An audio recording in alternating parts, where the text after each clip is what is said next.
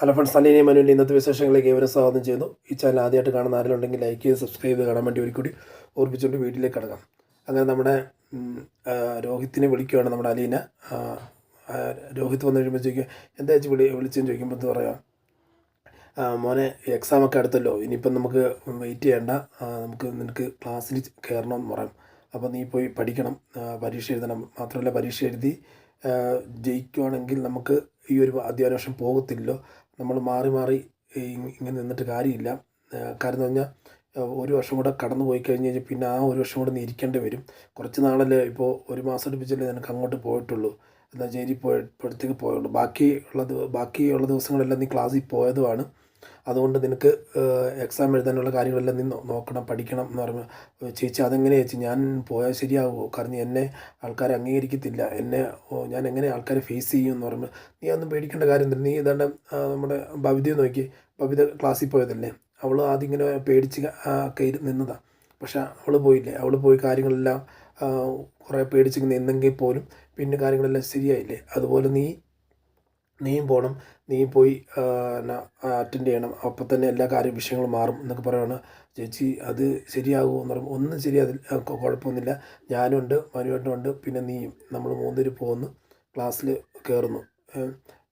അപ്പം പിന്നെ അതിനു മുമ്പായിട്ട് നമ്മളൊരു കാര്യം ചെയ്യണം. നമ്മൾ മാനേജരച്ഛനെ ഒരാളെ കാണാൻ പോകണമെന്ന് പറഞ്ഞാൽ, അതാരാന്ന് ചോദിക്കുമ്പോൾ നമ്മുടെ മാനേജരച്ഛനെ കാണണം, അച്ഛനെ കണ്ടിട്ട് കാര്യങ്ങളെല്ലാം സംസാരിക്കണം. കാരണം എന്തെങ്കിലും ഡിഫിക്കൽട്ടി അവർക്കുണ്ടോ ഇല്ലയോ എന്ന് അറിയത്തില്ലല്ലോ.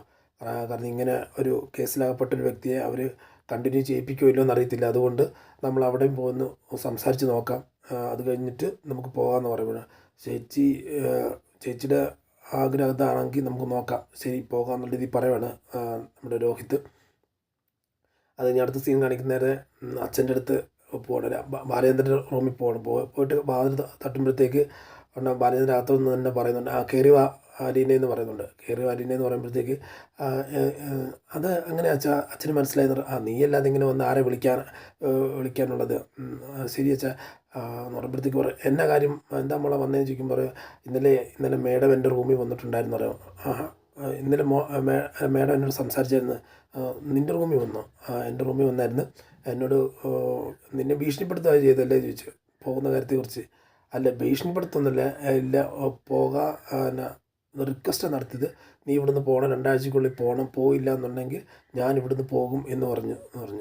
ഉടനെ അവളത് സ്ഥിരം പരിപാടി പറയുന്നതല്ലേ, അവൾ പോകുന്നേ പോട്ടെ, നീ ഇവിടുന്ന് പോകാൻ പാടില്ലെന്ന് പറയാം. അച്ഛാ അതല്ല അച്ഛാ, ഞാൻ കാരണം കൊണ്ട് മേഡം ഇവിടുന്ന്, അതായത് ഈ ബബിതയുടെയും രോഹിത്തിൻ്റെയൊക്കെ അമ്മ ഇവിടുന്ന് പോകുമെന്ന് പറയുമ്പോഴത്തേക്ക് അത് ശരിയാകത്തില്ലോ, നിങ്ങൾ ഫാമിലിയായിട്ട് താമസിക്കേണ്ടല്ലേ എന്ന് പറയുക. നീ പോകുന്ന പൊക്കോ, കുഴപ്പമൊന്നുമില്ല, നീ അതിൻ്റെ എക്സ്ക്യൂസ് ഒന്നും പറയണ്ട. പക്ഷേ ഒരു കാര്യമുണ്ട്, നീ പോയി കഴിഞ്ഞ് കഴിഞ്ഞാൽ ഈ വീട് എന്തായി തീരും, എങ്ങനെയായി തീരും എനിക്കറിയാം. പിന്നത്തെ കാര്യം എന്ന് പറഞ്ഞു കഴിഞ്ഞാൽ,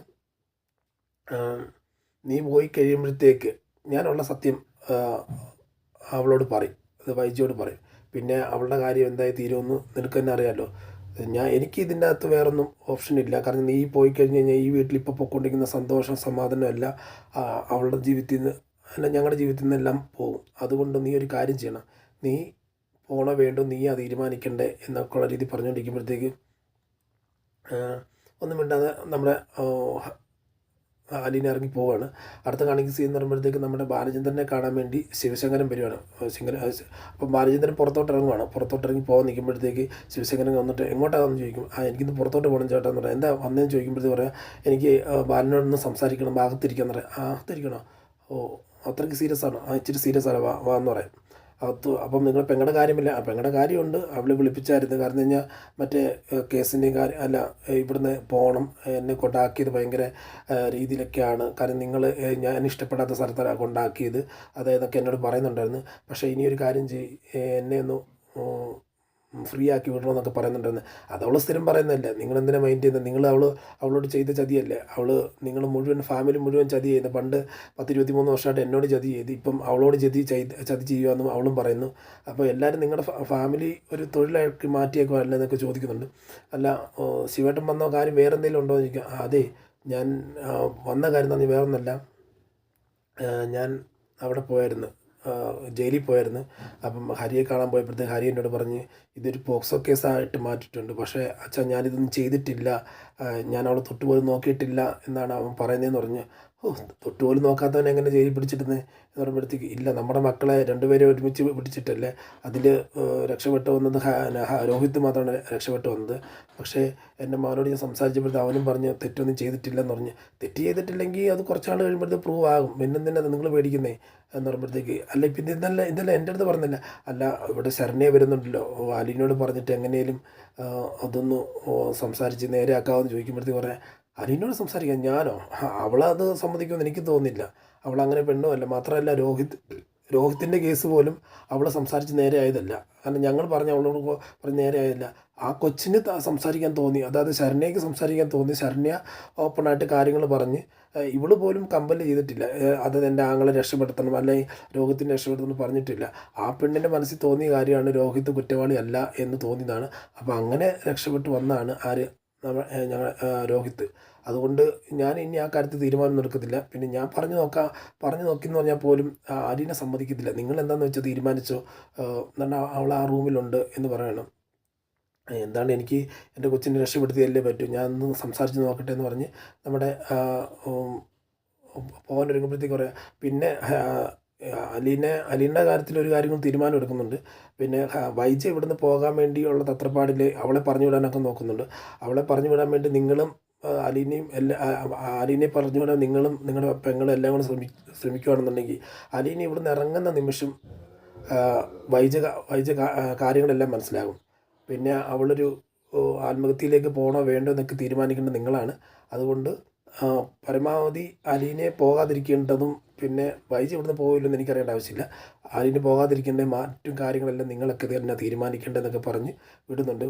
അങ്ങനെ ശരി എന്തെങ്കിലും ചെയ്യാന്നുള്ള രീതി പറഞ്ഞ് നമ്മുടെ ശിവശങ്കരൻ അനിയൻ്റെ റൂമിൽ പോകണം. റൂമിൽ പോയിട്ട് വാതിൽ തട്ടുന്ന അങ്കിളോ എന്താ അങ്കിളെ, സാധാരണ ആൾക്കാരെല്ലാവരും അത് വാതിൽ തുറന്ന് കയറുകയാണല്ലോ ചെയ്യുന്നത്, അങ്കിളിനെ എങ്ങനെ വാതിൽ തട്ടുന്നത്? അല്ല എനിക്ക് മോളോട് കാര്യം സംസാരിക്കാണ്ടിരിക്കുക.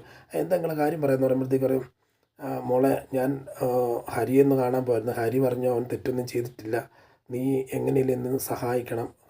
നീ പറഞ്ഞു കഴിഞ്ഞാൽ ശരണ്യ കേൾക്കും. ശരണ്യ തെറ്റൊന്നും ഹരി ചെയ്തിട്ടില്ല എന്ന് പറയുകയാണെന്നുണ്ടെങ്കിൽ ജാമ്യം കിട്ടുകയും പുറത്തിറങ്ങുകയൊക്കെ ചെയ്യും, അതിനുള്ള ചാൻസ് ഉണ്ട്. എന്തെങ്കിലും ചെയ്യണമെന്ന് പറയുമ്പോഴത്തേക്ക് അങ്കിളെ അതൊന്നും എനിക്കറിയത്തില്ല. കാരണം തെറ്റ് ചെയ്തിട്ടുണ്ടെങ്കിൽ ശിക്ഷ അനുഭവിക്കും. തെറ്റ് ചെയ്തിട്ടില്ലെങ്കിൽ കോടതി പിന്നീടാണെങ്കിലും അവന് ശിക്ഷയിൽ നിന്ന് ഇളവ് കൊടുക്കുകയോ അല്ലെങ്കിൽ അവന് അവിടെ നിന്ന് ജാമ്യം കൊടുക്കുകയൊക്കെ ചെയ്യുമല്ലോ. ഇപ്പം ഞാനിപ്പോൾ ഇല്ലെന്ന് വെച്ചാൽ ഞാനൊന്നും പറയത്തില്ല. ഞാൻ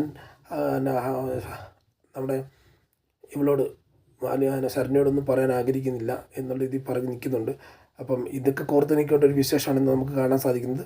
അപ്പം അതിൽ നിങ്ങൾ ഓരോരുത്തരും സപ്പോർട്ട് ചോദിച്ചുകൊണ്ട് ഇന്നത്തെ വീഡിയോ പറയുന്നു. Signing off. Thank you.